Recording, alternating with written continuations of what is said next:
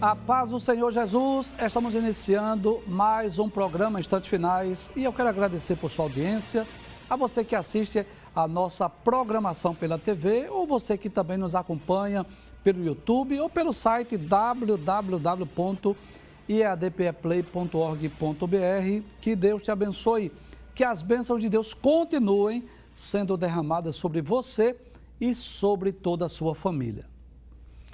Se você deseja entrar em contato conosco, enviar a sua pergunta, anote aí o número do WhatsApp do programa, 99491-2293. E eu gosto sempre de lembrar que, apesar de nós não estarmos enviando saudações nessa nova temporada, mas você pode enviar a sua mensagem, a sua crítica, a sua sugestão, a sua opinião sobre o programa. Fique à vontade, 99491-2293. Se você está acompanhando diariamente o programa Instantes Finais, você sabe que nós estamos estudando a quarta das 7 cartas que foram enviadas às igrejas da Ásia, que é a carta enviada à igreja de Tiatira. Vamos recapitular o que foi que nós já vimos, como nós fazemos diariamente, nós vamos relembrar os versículos que nós estudamos para nós darmos continuidade. Isso é uma forma de você reforçar o aprendizado e você acompanhar também o raciocínio, né? Já que não é possível nós estudarmos toda a carta em um único programa, então você vai relembrar o que vimos para dar continuidade e ficar mais fácil a compreensão. Vamos ver o que nós já vimos. Primeiro estudamos o versículo de número 18, né? Nós dissemos que não sabemos quem é o anjo da igreja, mas que com certeza foi enviado a um obreiro que era responsável. Para a igreja de Tiatira, Jesus se identifica com 2 títulos. Primeiro, aquele que é Filho de Deus. Nós já explicamos sobre isso aí. O Filho de Deus significa aquele que tem a mesma essência, a mesma natureza. E quando diz que os seus olhos são como chamas de fogo, fala do seu olhar penetrante, daquele que conhece todas as coisas, e os pés como latão reluzente, fala exatamente do sofrimento, não do Cristo, Deus, mas do homem chamado Jesus. No versículo 19, nós vimos as muitas virtudes da igreja de Tiatira, muitas virtudes aquela igreja tinha, não é? Jesus disse: eu conheço as tuas obras, o teu amor, o teu serviço, a tua fé, a tua paciência, não é, que tem um sentido de perseverança. E o que nos chamou a atenção aí é que Jesus disse que as últimas obras da igreja de Tiatira são mais, não é? São maiores, são melhores do que as primeiras. Nós inclusive falamos sobre 3 tipos de crentes. Aqueles que é como Éfeso, que as últimas obras são inferiores às primeiras. Existe aquele crente estável, que as obras primeiras e últimas não houve mudança ou alteração. E o crente Tiatira, nesse aspecto, viu? É bom lembrar isso, nesse aspecto, é aquele que as últimas obras são maiores, são melhores do que as primeiras. Aquele crente que está sempre procurando melhorar, servir a Deus melhor do que antes. Vimos também no versículo de número 20, que apesar de a igreja de Tiatira ter muitas virtudes, mas não era perfeita. Havia ali uma mulher chamada Jezabel, que estava influenciando a igreja, conduzindo os servos de Deus ao pecado. Inclusive, se você acompanhou o último programa, nós falamos sobre a Jezabel do Antigo Testamento, a mulher de Acabe. Com certeza são 2 personagens distintas, né? Claro, você sabe disso. E possivelmente essa Jezabel lá da igreja de Tiatira, talvez fosse até o nome fictício, talvez não fosse o nome exato dela. Mas aí nós dissemos que a Jezabel do Antigo Testamento é a mulher mais ímpia da Bíblia, a mulher de Acabe, que perseguia os profetas de Deus, que alimentava 850 falsos profetas, que ameaçou matar o profeta Elias e até mandou matar Nabote. E aí vimos a semelhança dessa Jezabel da igreja de Tiatira, que recebe esse título exatamente por conta da sua malignidade e da sua perversidade. Vimos que essa mulher da igreja de Tiatira, ela não era profetisa, ela se dizia profetisa. E aí nós até dissemos, né, que cremos no dom de profecia, mas que há uma diferença entre ser usado por Deus, ser uma profetisa e se dizer ser profetisa. São duas coisas distintas, né? E dissemos também como nós identificamos uma verdadeira de uma falsa profecia. Então, primeiro, toda verdadeira profecia tem que estar de acordo com a palavra, não pode se contradizer. Se foi Deus que falou, essa profecia ela terá o seu cumprimento, né? Nós vimos, e nenhuma profecia vai induzir a igreja ao erro ou ao pecado. Então, são três formas de nós identificarmos uma verdadeira profecia. Então, como aquela mulher que se dizia profetisa estava incentivando o povo de Deus a comer carne sacrificada a ídolos e estava induzindo os servos de Deus à prostituição, ela já estava cometendo aí duas coisas gravíssimas que dá para identificar que a profecia é falsa. Primeiro, era uma contradição da Bíblia. Nós lemos, inclusive, Atos capítulo 15, versículos 28 e 29, a decisão do concílio de Jerusalém, que foi decidido ali que, dentre outras coisas, os servos de Deus deveriam se abster da prostituição e da carne que foi oferecida a ídolos. Então, era uma contradição bíblica. E, além disso, estava induzindo os filhos de Deus ao erro, ao pecado. Então, nós percebemos que aquele era o problema da igreja de Tiatira. Tiatira não estava sofrendo perseguições externas. Na cidade de Tiatira não havia o culto ao imperador, não havia aqueles grandes templos como havia nas outras cidades, não havia perseguição aos servos de Deus, mas o perigo estava dentro da própria igreja. Então, essa mulher, por nome de Jezabel ou denominada de Jezabel, estava influenciando a igreja, conduzindo os filhos de Deus, os servos de Deus ao pecado. Vimos ainda, no versículo de número 21, por favor, que Jesus deu tempo, deu oportunidade para que ela e seus seguidores se arrependessem e eles rejeitaram, né? Tanto ela como seus seguidores rejeitaram. E aí falamos sobre a longanimidade, a paciência de Cristo e a oportunidade que ele dá para que a pessoa se arrependa. Finalmente vimos o versículo 22. Pode passar a tela, por favor? Foi o último versículo que nós estudamos, em que Jesus promete exercer juízo. Nós dissemos ontem e eu vou repetir, que aqueles que rejeitam o perdão, inevitavelmente vão experimentar o juízo divino. E o que é que Jesus promete fazer? Colocar numa cama, ou seja, fala de doença, de enfermidade. Segundo, trazer tribulação sobre eles, sobre os que estavam pecando com ela. E estava dizendo que se eles não se arrependessem, viria, né, esse juízo, viria esse julgamento, caso eles não se arrependessem. Hoje nós vamos dar continuidade a partir do versículo de número 23, e eu sempre digo isso, a equipe de artes preparou os slides com os textos bíblicos para facilitar para a pessoa que não pode abrir a Bíblia, mas se você estiver na sua casa, faça da sua sala ou do seu quarto, onde você estiver, uma sala de aula. Esteja com a sua Bíblia, seu caderno de anotações, sua caneta, faça suas anotações, porque você pode depois conferir os textos bíblicos. Vamos hoje dar continuidade a partir do versículo de número 23. Vamos ver o que diz a palavra de Deus. E ferirei de morte a seus filhos. Então Jesus estava aí agora, né, dando continuidade a essa sentença de juízo.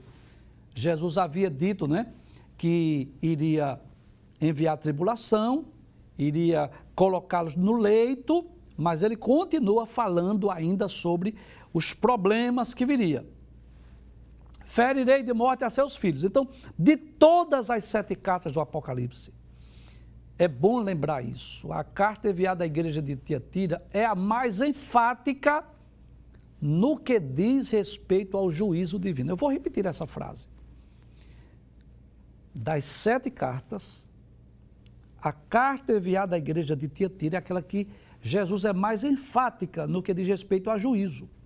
Então, por exemplo, vamos dar um passeio nas 7 cartas, só para você compreender o que quero dizer. Por exemplo, no capítulo 2, versículo 5, que é a carta enviada à igreja de Éfeso, Jesus diz assim: lembra-te, pois, de onde caíste, e arrepende-te, e pratica as primeiras obras.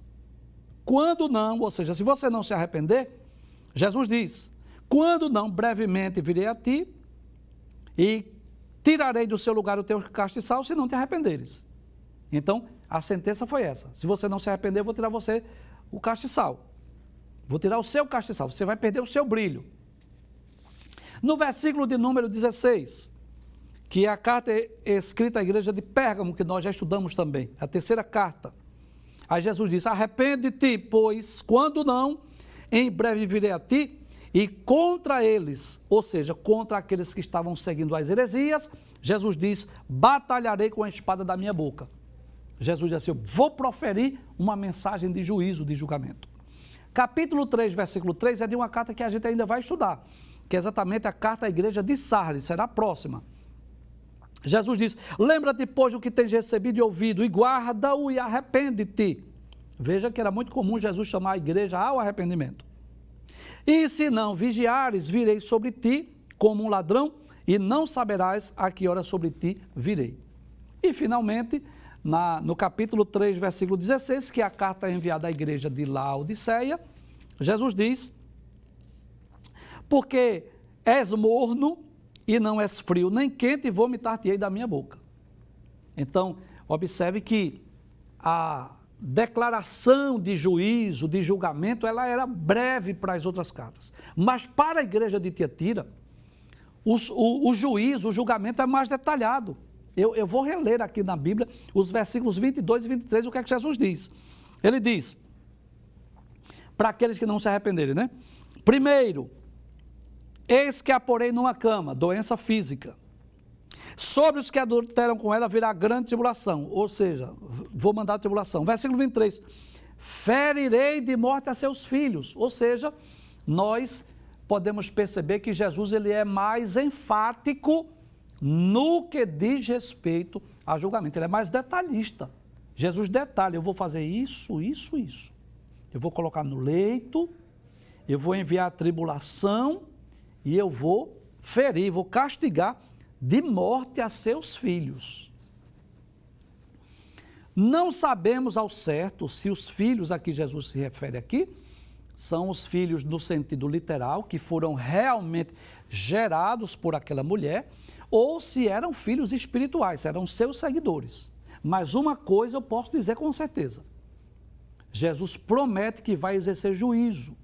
E alguém pode até perguntar assim, por que é que Jesus disse que vai matar seus filhos? Há um propósito, há um porquê. Nada que Deus faz ou nada que Cristo faz é obra do acaso. Tudo que Deus faz é pedagógico, ou seja, tem um propósito, tem um objetivo, tem uma razão, tem um motivo. Deus está querendo ensinar alguma coisa. Observe que o versículo 23 diz, ferirei de morte a seus filhos e todas as igrejas saberão que eu sou aquele que sonda as mentes e os corações. Então, observe que o juízo, o castigo de Cristo aqui é pedagógico. Jesus diz que as outras igrejas saberão que foi Jesus que julgou, foi Jesus que puniu, não é?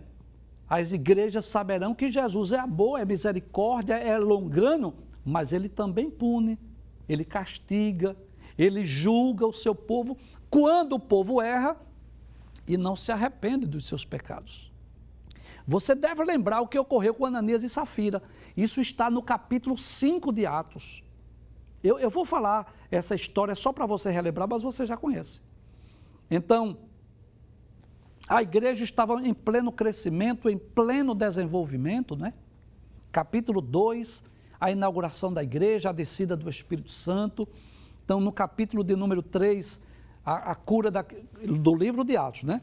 A cura daquele coxo da porta do templo chamada Formosa. Capítulo de número 4, os discípulos, os apóstolos foram presos, mas foram miraculosamente tirados da prisão. O evangelho crescendo, e aí as pessoas estavam ali de livre e espontânea vontade, sem que houvesse uma exigência para isso. A igreja, os crentes estavam fazendo o quê? Vendendo suas propriedades, vendendo os seus bens e trazendo a soma do dinheiro e colocando aos pés dos apóstolos. Isso não era um mandamento, nem uma exigência.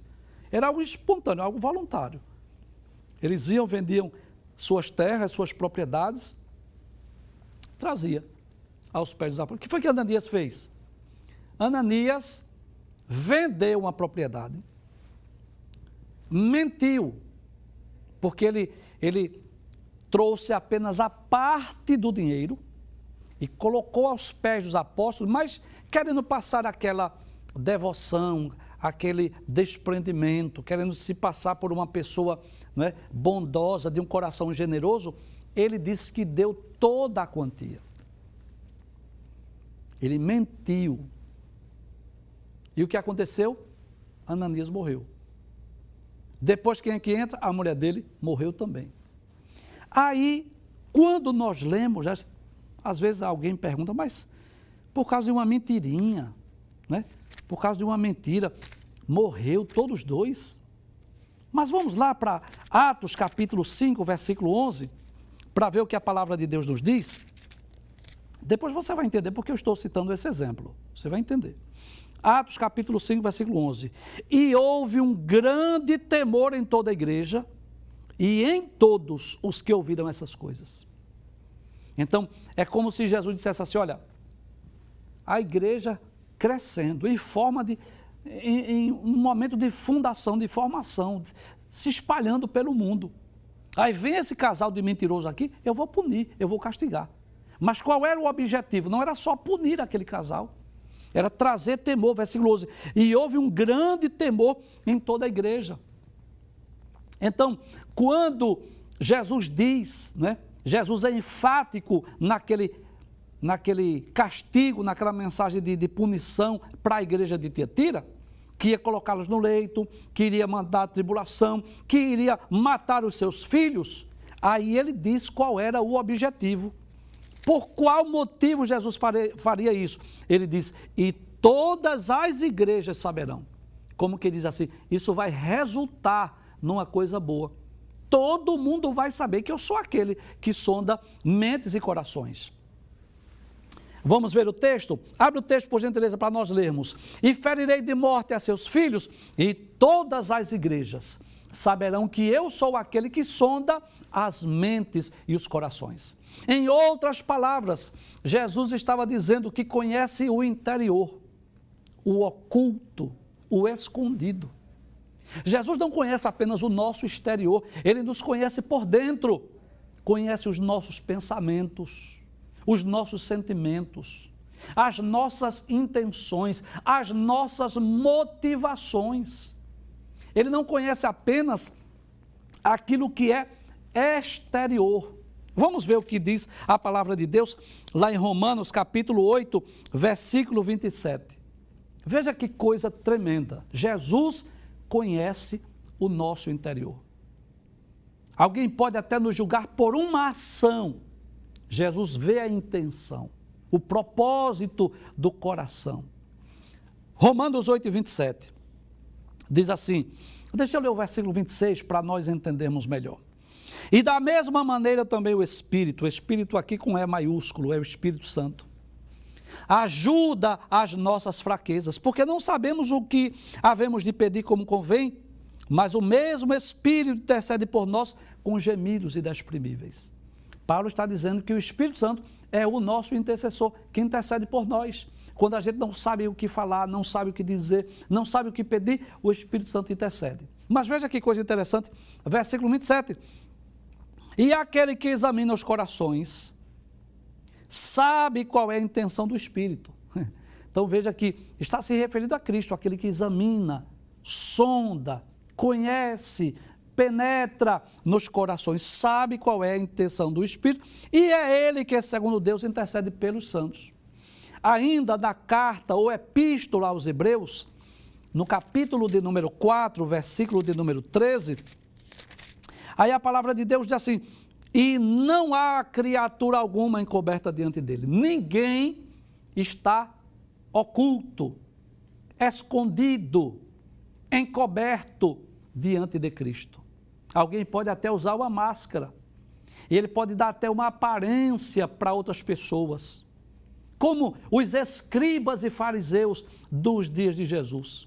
Daquela época, principalmente os fariseus que procuravam demonstrar uma santidade, procuravam demonstrar uma religiosidade. Mas que coisa interessante, no capítulo 23 do Evangelho escrito por Mateus, Jesus repreende os escribas e fariseus. Jesus diz assim, que eles eram sepulcros caiados. Exteriormente estava tudo bonito, mas interiormente estava cheio de podridão. Então, Jesus é aquele que conhece o íntimo, o coração, o pensamento, as intenções, as motivações. Conhece também os nossos desejos, os nossos sentimentos, os nossos traumas, as nossas ansiedades, as nossas frustrações. Ele conhece tudo. E Hebreus capítulo 4, versículo 13 diz isso. E não há criatura alguma encoberta diante dele. Antes, todas as coisas, tudo, estão nuas e patentes aos olhos daquele com quem temos que tratar. Os olhos de Jesus é como um raio-x. Permita-me usar essa ilustração, como uma tomografia, não é? Uma ultrassonografia, vamos pensar assim, que conhece o interior, o pensamento, todas as coisas ele conhece. Então, vamos voltar para o texto. Aí Jesus diz assim, olha, eu ferirei de morte a seus filhos. Todas as igrejas saberão que eu sou aquele que sonda as mentes e os corações. E darei a cada um de vós segundo as vossas obras. Que coisa interessante. Jesus deixa bem claro que vai recompensar a cada pessoa segundo, ou seja, de acordo com as suas obras. E é interessante, eu estive observando, lendo os textos bíblicos, estudando, eu percebi algo interessante. O Espírito Santo de Deus me fez lembrar isso, que nos 3 julgamentos escatológicos, nos 3 que nós já estudamos no programa, cada pessoa que será julgada nesses julgamentos serão recompensados pelas suas obras. E eu quero lhe convidar para você conferir isso comigo, né? Jesus diz à igreja de Tiatira que vai dar a cada um segundo as suas obras. E nos julgamentos escatológicos não vai ser diferente. Vamos ver comigo? Abra sua Bíblia, segunda carta de Paulo aos Coríntios, capítulo 5, versículo 10. Veja o que a palavra de Deus diz. É Paulo quem diz assim. Ele diz assim, porque todos havemos de comparecer ante o tribunal de Cristo. Nós já explicamos aqui, você já sabe, eu só vou relembrar. Que o tribunal de Cristo é um tribunal para galardão, para recompensar os salvos, os justos. Quem é que vai participar desse julgamento? Só os salvos que foram arrebatados e os que morreram e ressuscitaram salvos. Não é um tribunal para lembrar pecado, nem para punir, nem castigar ninguém. É julgamento para salvos, para recompensá-los. Mas veja o que Paulo diz. Todos havemos de comparecer ante o tribunal de Cristo para que cada um receba segundo o que tiver feito por meio do corpo, ou bem ou mal. E nós já explicamos aqui. Bem e mal aqui não é pecado, é tipo de obra, qualidade de obra que fizemos. Fazer o bem aqui é fazer serviço de qualidade. Obras de prata, ouro e pedras preciosas. Obras feitas com amor, dedicação, alegria e para a glória de Deus. E más obras é o que aqui?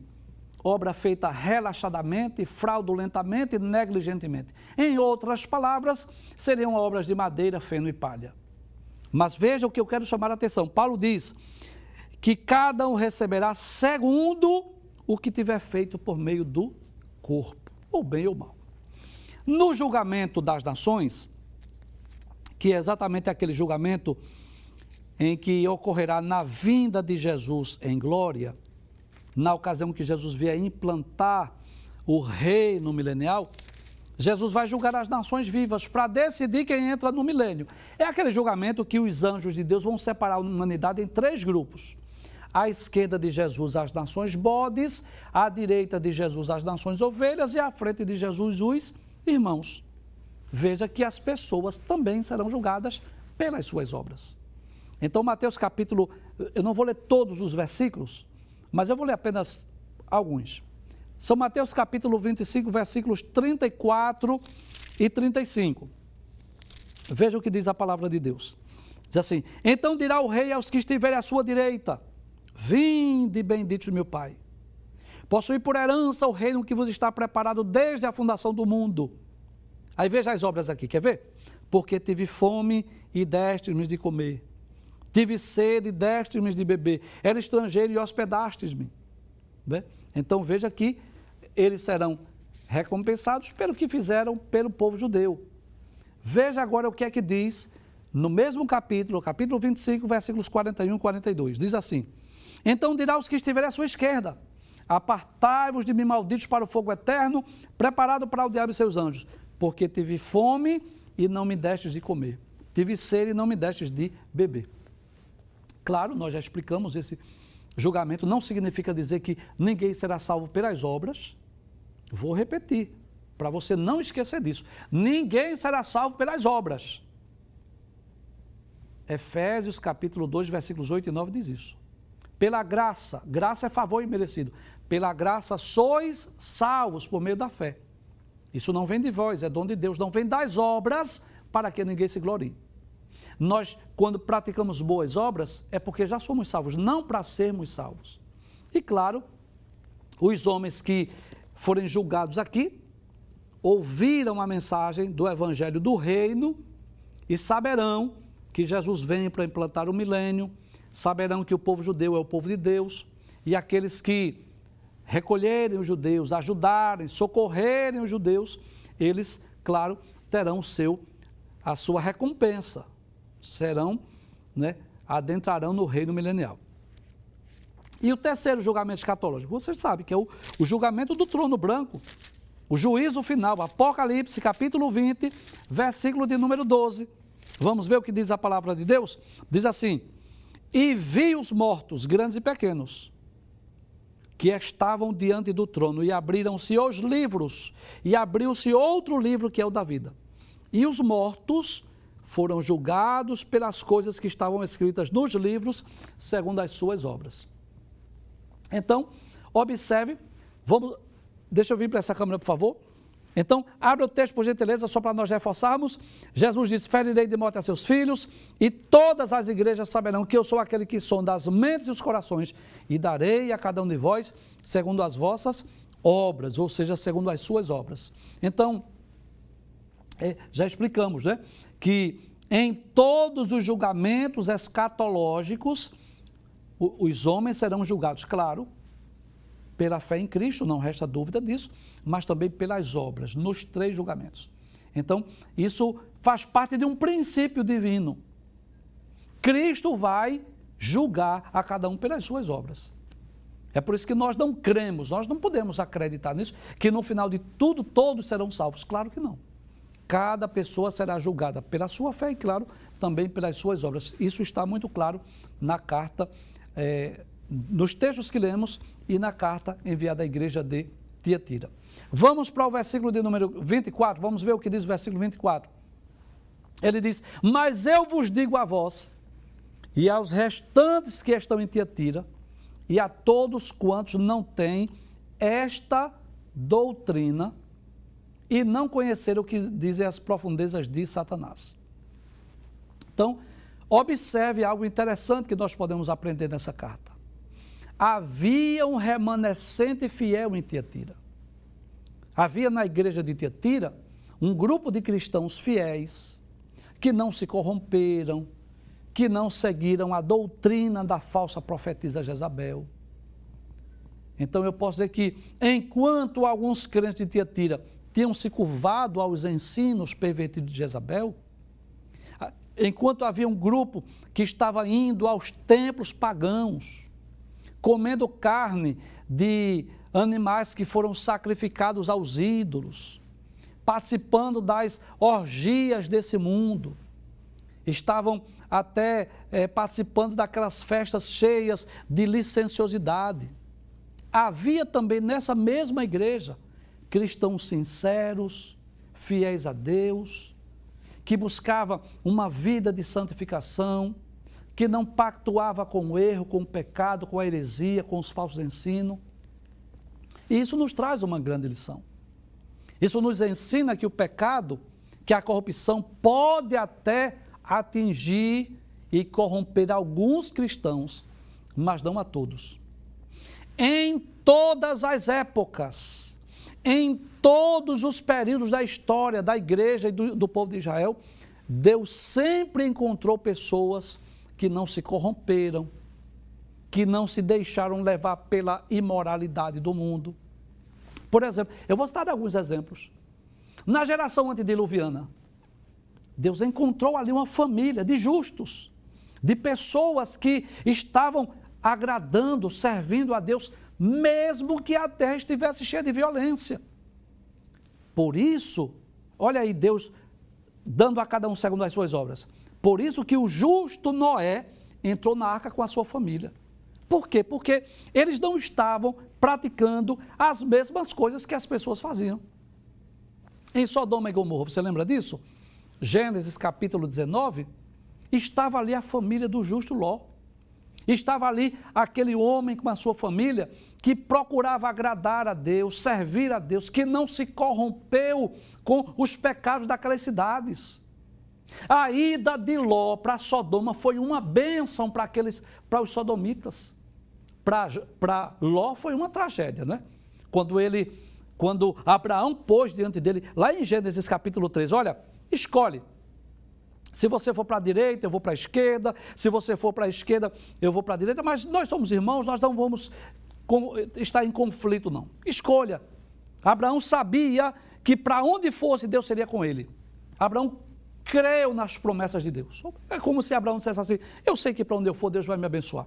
E Ló olhou as campinas do Jordão e viu os pastos verdes e disse assim, eu vou por aqui, porque ele era criador de gado. Então viu um lugar mais agradável para o pasto, para os seus animais. Então, para Ló foi ruim. Porque comparando Ló com Abraão, eu vou dizer que Ló era um crente fraco. Era um crente imaturo, que escolhe com os olhos e não pela fé, como o justo Abraão. Mas comparando Ló com os sodomitas, eu vou dizer que ele era justo. É a palavra de Deus que nos diz isso. Então, lá em Sodoma e Gomorra, que Gênesis capítulo 13, versículo 13, diz que eram grandes pecadores, mas estava ali a família do justo Ló. Nos dias de Elias, nós falamos sobre o profeta Elias ontem, quando nós falamos sobre Jezabel, que mandou matar Nabote, que ameaçou o profeta Elias, que matou os profetas do Senhor. Mas quando Elias, com medo de Jezabel, se escondeu na caverna, que Deus aparece a ele e diz, que fazes aqui, Elias? Elias pensou que estava sozinho. Deus disse, olha, ainda havia 7.000 que não se curvaram diante de Baal. Então, sempre Deus encontrou pessoas tementes, mesmo em meio à corrupção. E nos dias de hoje não é diferente, né? Eu quero até dar uma pausa aqui onde nós estamos, eu vou voltar para esse assunto. Mas, por favor, quero pedir à equipe de artes que coloque aqui aquela imagem do castiçal, para nós entendermos em que período da história da igreja representa a igreja de Tiatira. Vamos voltar para cá. Veja, Éfeso representa que período da história da igreja? A igreja apostólica, do ano 30 ao ano 100. Esmirna, nós já estudamos sobre Esmirna, a igreja sofredora, a igreja mártir, perseguida, representa a igreja que vai do ano 100 até o ano 312. Pérgamo, que é aquela igreja que estava sendo influenciada pela doutrina de Balaão e dos nicolaítas, lembra disso? Representa a igreja imperial, casamento da igreja com o Estado, quando Constantino tornou-se imperador romano. E a igreja de Tiatira?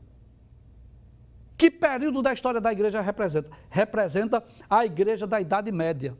O pior período da história da igreja, dos 7, o pior período da história da igreja é chamado a igreja da Idade Média. Por quê? Foi o período em que a igreja mergulhou no paganismo, na idolatria. A idolatria que começou aqui, a mariolatria, a doutrina do papado, a reza, a missa pelos mortos, começou aqui, ela se aprofundou, ela se enraizou ainda mais. Inclusive, nesse período aqui, houve períodos da história, não estou falando da história da igreja, da história secular, que o mundo foi dominado pelos papas. Então, Esse foi o período mais terrível da história da igreja. Aí eu pergunto, mas foram todos os crentes que se corromperam? Claro que não. Foram todos os crentes que se desviaram? Claro que não. Havia, nesse período da Idade Média, do ano 590 ao ano 1517, havia, claro, um grupo de servos fiéis. Volta para o texto novamente para nós conferirmos o que é que Jesus fala à igreja de Tiatira. Abre o texto, por favor. Mas eu vos digo a vós, e aos restantes que estão em Tiatira, e a todos quantos não têm essa doutrina. Ou seja, aqueles que não conheceram, como dizem, as profundezas de Satanás. Então observe que nós podemos entender isso. É possível ser fiel a Deus, mesmo em meio à corrupção do mundo. Deus nos chamou para sermos santos, para brilharmos em meio às trevas. Veja o que a palavra de Deus nos diz. Não é? Às vezes a pessoa diz assim, com muito temor e tremor, eu digo isso, mas eu quero dizer a você, irmãos, ore por mim, porque lá onde eu estudo, só eu sou crente. Mas graças a Deus você está ali para ser luz, para brilhar. Irmão, ore por mim, porque lá no meu trabalho só tem eu de crente. Então você está ali como uma luz, para que você possa brilhar como um astro. Veja o que Paulo diz aos Filipenses, capítulo 2, versículos 12 a 15. Veja que texto maravilhoso. Paulo diz, de sorte que, meus amados irmãos, assim como sempre obedeceste, não só na minha presença, mas muito mais agora na minha ausência, assim também operai a vossa salvação com temor e tremor. Porque Deus é que opera em vós, tanto querer como efetuar, segundo a sua boa vontade. Fazei todas as coisas sem murmurações nem contendas, para que sejais irrepreensíveis e sinceros. Onde estivermos, sejais irrepreensíveis e sinceros, filhos de Deus inculpáveis, no meio de uma geração corrompida e perversa, entre a qual resplandeceis como astros no mundo. Então, havia em Tiatira grupos de crentes que estavam resplandecendo, que não seguiu aquelas heresias. Para concluir, vamos voltar ao texto só para a gente concluir, o versículo 24. Que não conhecem, como dizem, as profundezas de Satanás. Então, os autênticos e verdadeiros servos de Deus são convidados a conhecer o que é as profundezas, os mistérios de Deus, e não as profundezas de Satanás. Em Tiatira havia um grupo de cristãos que estavam se gloriando de conhecer as profundezas de Satanás. Mas nós somos convidados a conhecer as profundezas de Deus, né? Vamos ver o que diz lá em Romanos, capítulo de número 11, versículo 33. Que texto maravilhoso, né? Ó profundidade das riquezas, tanto da ciência como da sabedoria de Deus. É isso que nós somos convidados a conhecer, os mistérios. Conhecer as profundezas de Deus significa dizer assim, os mistérios de Deus, as coisas ocultas, profundas que Deus quer revelar para nós. É isso que diz Jeremias 33:3, clama a mim e responder-te-ei, e anunciar-te-ei coisas grandes e firmes que não sabes. 1 aos Coríntios, capítulo 2, versículo 10, Paulo diz, mas Deus nulas revelou pelo seu Espírito, porque o Espírito penetra todas as coisas, ainda as profundezas de Deus. Efésios capítulo 3, versículo de número 18. Veja o que diz a palavra de Deus. Poderdes perfeitamente compreender com todos os santos qual seja a largura, o comprimento e a altura e a profundidade, e conhecer o amor de Cristo que excede todo entendimento. Então nós somos convidados a conhecer as profundezas dos mistérios de Deus, nos chegarmos mais a Ele, nos chegarmos mais à Sua palavra para conhecer os seus mistérios. Mas lá em Tiatira o que é que tinha? Havia um grupo de cristãos que estavam se gloriando em conhecer as profundezas de Satanás. Mas o que é que Jesus estava se referindo como as profundezas de Satanás? O que é isso? Era exatamente as coisas misteriosas, práticas pecaminosas. Jesus estava falando que aqueles cristãos estavam enveredando por heresias, por falsos ensinos, seguindo aquela falsa profetisa chamada de Jezabel, com o intuito de conhecer as coisas ocultas, profundas, mas que Jesus sabia muito bem que aquelas coisas ocultas, aquelas coisas profundas, eram profundezas de Satanás. E o que é que Jesus promete para aqueles que não estão seguindo as profundezas de Satanás? Jesus diz assim: outra carga não vos porei. Em outras palavras, Jesus estava dizendo: eu não vou pedir nada a vocês além do que já pedi. Eu não vou cobrar, não vou exigir de vocês nada a não ser aquilo que vocês já sabem. Esse é o sentido do texto. Nós vamos a um breve intervalo e voltamos dentro de instantes. Até já.